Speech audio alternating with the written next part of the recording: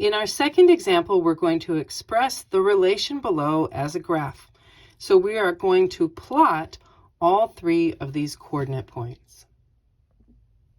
So we remember from example 1 that when you are given a graph, a coordinate plane, we know that the x-axis is always this bottom axis, and it is usually labeled, so that helps us in case you don't remember.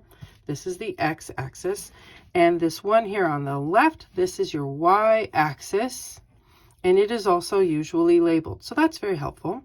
We also know that coordinate points are always in the order x and then y. So looking at the particular values that we need to plot, the coordinate points that we need to plot, let's go see where they belong. So we know that we have x and then y. For our first coordinate point, it's 3 and then 8. So I come to my x-axis and I find the 3. And I go up to the 8 from here. So here's the y value, and I come over and make one coordinate point. This is the point 3, 8. You might even think of this as a house with an address. Every house has a house number and a street name. So that's one location. So you could say that this house has a house number and a street name. So these two numbers make one point. They are the address, so to speak, of that one point. My second point to plot is a 9, 2.